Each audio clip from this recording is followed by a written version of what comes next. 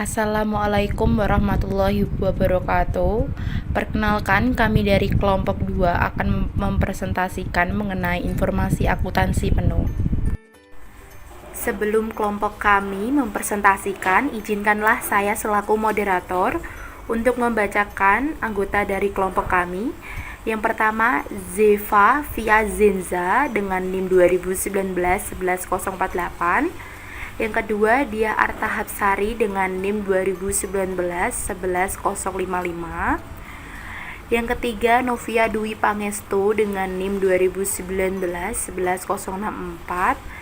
Yang keempat, dengan saya sendiri, Ina Laila Sa'diah dengan NIM 2019-11083. Yang kelima adalah Bagus Permana dengan NIM 2019-11122. Di sini saya akan menjelaskan mengenai definisi informasi akuntansi penuh. Informasi akuntansi penuh adalah seluruh aktivitas, seluruh pendapatan yang diperoleh atau seluruh sumber yang dikorbankan suatu objek informasi. Objek informasi dapat berupa produk, aktivitas, departemen, divisi, atau seluruh perusahaan sebagai keseluruhan. Dan jika informasi akuntansi penuh itu berupa aktiva, maka informasi ini disebut dengan aktiva penuh atau full asset. Jika informasi penuh berupa seluruh sumber yang dikorbankan untuk suatu objek informasi, maka informasi ini disebut dengan biaya penuh atau full cost. Dan jika informasi akuntansi penuh berupa pendapatan, maka informasi tersebut disebut dengan pendapatan penuh atau yang kita sebut itu full revenues. Selanjutnya saya akan menjelaskan mengenai perbedaan full accounting information, full cost, dan full costing. Seringkali kita mengira pengertian full accounting information sama dengan full cost, dan pengertian full cost sama dengan full costing, padahal dari tiga pengertian tersebut itu berbeda, teman-teman.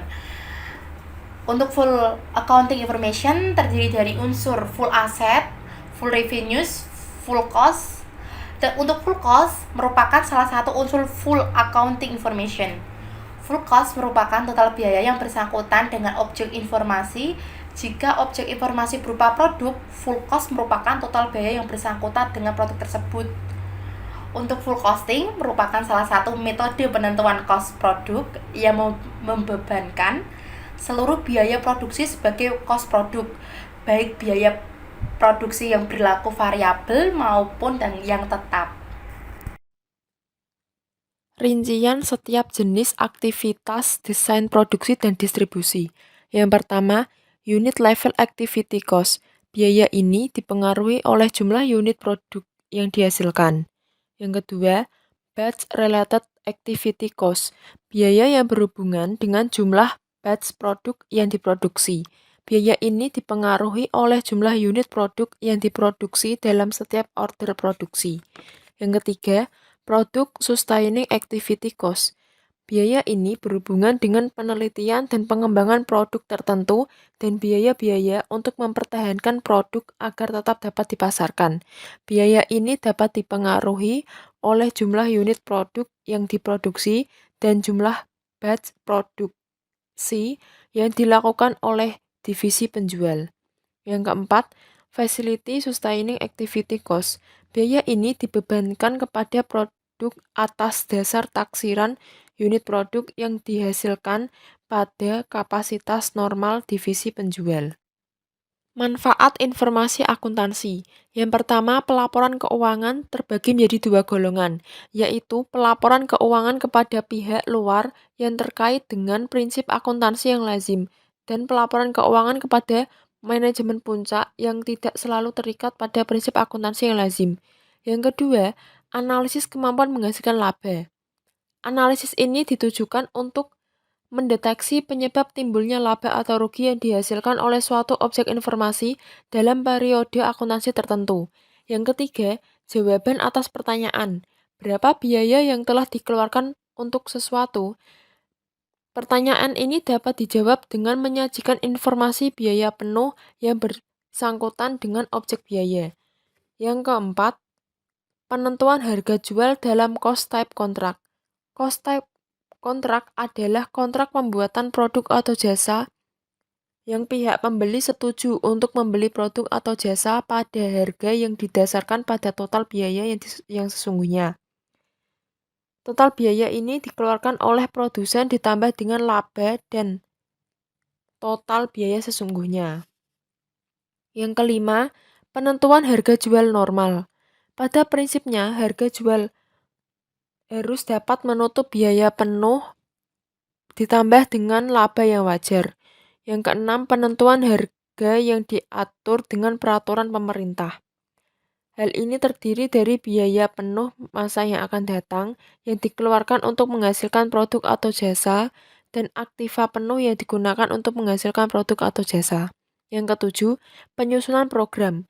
Penyusunan program adalah proses pengambilan keputusan mengenai program yang akan dilakukan suatu organisasi dan penaksiran jumlah sumber daya yang akan dialokasikan pada setiap program. Saya Diar Tapsari, NIM 2019-11055 akan menjelaskan tentang pelaporan keuangan. Pelaporan keuangan dibagi menjadi dua golongan. Yang pertama, pelaporan keuangan kepada pihak luar. Perusahaan terikat kepada prinsip akuntansi lazim. Yang kedua, pelaporan keuangan kepada manajemen puncak. Perusahaan tidak selalu terikat pada prinsip akuntansi yang lazim. Pelaporan keuangan memerlukan informasi akuntansi penuh yang berupa informasi masa lalu.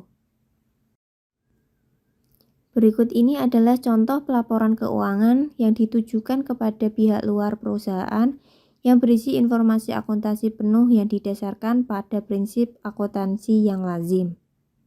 Saya Novia Dwi Pangestu, NIM 2019-11064 akan menjelaskan tentang analisis kemampuan menghasilkan laba atau profitability analysis. Analisis kemampuan menghasilkan laba dapat diterapkan dalam berbagai objek informasi, yaitu produk, keluarga produk, aktivitas, atau unit organisasi.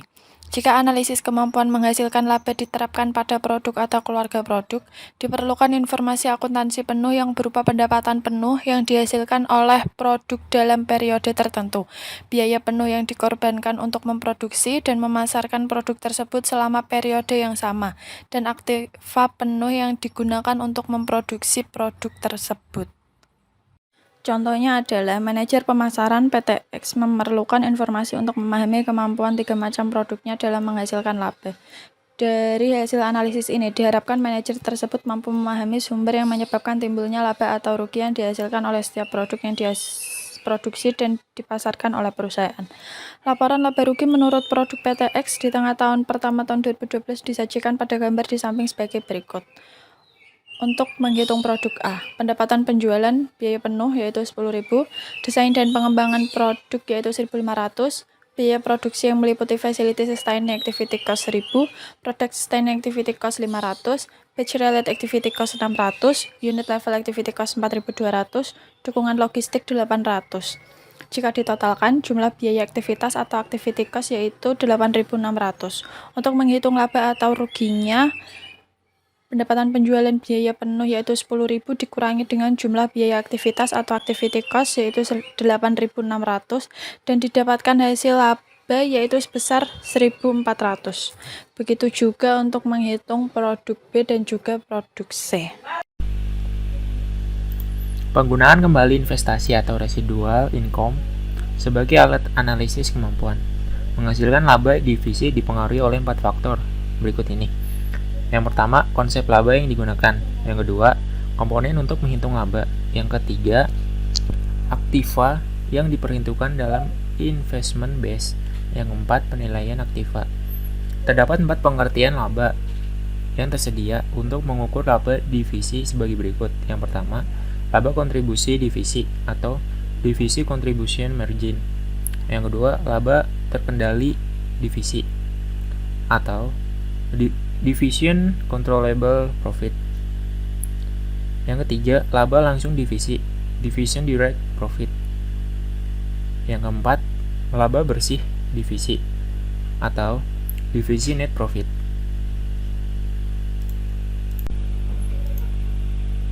Contoh soal, divisi produk konsumen merupakan salah satu divisi dari 3 divisi yang dimiliki oleh PT A. aktiva penuh divisi tersebut pada tanggal 31 Desember 2002 adalah sejumlah 4 miliar rupiah. Beban modal atas investasi dalam aktiva tersebut sebesar 20%. Pendapatan penuh yang diperoleh divisi tersebut dalam tahun 2002 adalah 3,6 miliar rupiah. Sedangkan biaya penuh yang dikeluarkan untuk memperoleh pendapatan tersebut adalah 2,4 miliar rupiah. Kemampuan divisi produk konsumen diukur dengan cara menghitung tarif kembalian investasi atau residual income sebagai berikut. Menghitung tarif kembalian investasi sama dengan 3,6 miliar rupiah dikurang 2,4 miliar rupiah dibagi 4 miliar rupiah sama dengan 30%. Residual income, pendapatan penuh berjumlah 3,6 miliar dikurangi biaya penuh 2,4 miliar sama dengan laba bersih 1,2 miliar. Lalu menghitung beban modal 20% dikali 4 miliar sama dengan 800 juta rupiah. Maka residual income ialah 400 juta rupiah. Contoh soal selanjutnya. Dalam contoh soal ini, diuraikan pengukuran kemampuan menghasilkan laba untuk memenuhi kepentingan pemakai luar yang memerlukan informasi akuntansi penuh, yang berbeda komponen dengan cara pengukurannya. Misalnya, raca PT Rimendi 31 Desember 2001 dan data laba tahun 2001 disajikan pada gambar di samping sebagai berikut. Dari data di atas, perhitungan kembali investasi dilakukan dengan lebih dulu menambahkan biaya bunga utang jangka panjang sebesar 4% dikali 50 juta rupiah sama dengan 2 juta rupiah kepada laba bersih sebelum pajak. Sebagai hasil, laba bersih naik dari 10.500.000 menjadi 12.500.000 dan kembalian investasi PT Rimendi dalam tahun 2021 adalah sebesar 10,4%. Yaitu 12.500.000 rupiah atau 150 juta dikurang 30 juta rupiah. Selanjutnya, saya akan menjelaskan penentuan harga jual dalam cost type kontrak.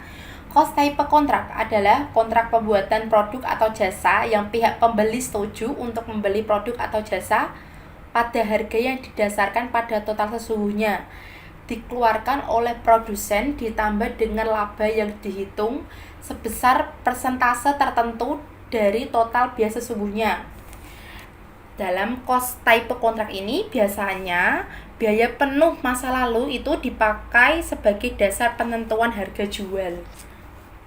Selanjutnya saya akan menjelaskan mengenai penyusunan program.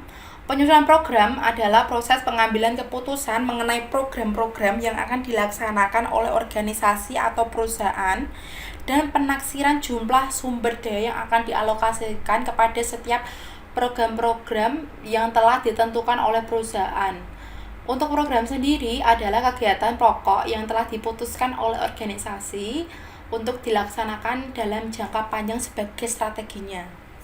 Selain itu, perusahaan memiliki beberapa program. Yang pertama, program penelitian, pengembangan produk baru, program pelatihan karyawan, program hubungan masyarakat, dan program lain-lain. Penentuan harga jual normal. Pada umumnya, biaya tidak menentukan harga jual produk atau jasa. Harga jual suatu produk terbentuk di pasar sebagai interaksi antara jumlah permintaan dan penawaran di pasar. Namun, manajemen puncak memerlukan informasi biaya penuh untuk memperhitungkan konsekuensi laba dari setiap alternatif harga jual yang terbentuk di pasar. Untuk dapat menutup biaya penuh suatu produk atau jasa, penentuan harga jual dalam keadaan normal memerlukan biaya penuh dan aktiva penuh masa yang akan datang sebagai dasar. Jika pendekatan full costing, maka prinsip rumus penentuan harga jual adalah biaya produksi ditambah biaya non-produksi ditambah laba yang diharapkan. Penentuan harga transfer dan penentuan harga jual yang diatur dengan peraturan pemerintah. Ada dua macam pendekatan yang digunakan untuk menentukan harga transfer, yaitu yang pertama penentuan harga transfer atas dasar biaya, dan yang kedua penentuan harga transfer atas dasar harga pasar. Produk dan jasa yang dihasilkan untuk memenuhi kebutuhan pokok masyarakat luas diatur dengan peraturan pemerintah. Harga jual produk dan jasa tersebut ditentukan berdasarkan biaya penuh masa yang akan datang, ditambah dengan laba yang diharapkan. Saya Diar Tapsari, NIM 2019-11055 akan menjelaskan tentang rekayasa informasi akuntansi penuh. Banyak biaya yang merupakan biaya bergabung atau common cost yang dalam perekayasaan informasi akuntansi penuh harus dibagikan secara adil kepada berbagai objek informasi melalui metode pembebanan tertentu. Metode pembebanan biaya yang digunakan untuk perekayasaan informasi akuntansi penuh dapat dibagi menjadi menurut tujuan pemanfaatan informasi akuntansi penuh berikut ini. Yang pertama, pembebanan biaya tidak langsung untuk penyediaan informasi bagi pengambilan keputusan manajemen dalam perekayasaan informasi. Yang kedua, pembebanan biaya tidak langsung untuk pelaporan keuangan kepada pihak luar perusahaan. Saya Novia Dwi Pangestu, NIM 2019-11064 akan menjelaskan tentang pembebanan biaya tidak langsung untuk penyediaan informasi pengambilan keputusan manajemen. Dalam perekayasaan informasi akuntansi penuh, biaya tidak langsung dibebankan kepada objek informasi untuk memenuhi kebutuhan manajemen dalam 1. Analisis kemampuan produk atau jasa dalam menghasilkan laba dan penentuan harga jual. 2. Pengukuran kinerja manajer. Sekian dari kelompok kami. Apabila ada kekurangan dan tutur kata yang kurang berkenan, kami mohon maaf yang sebesar-besarnya. Wassalamualaikum warahmatullahi wabarakatuh.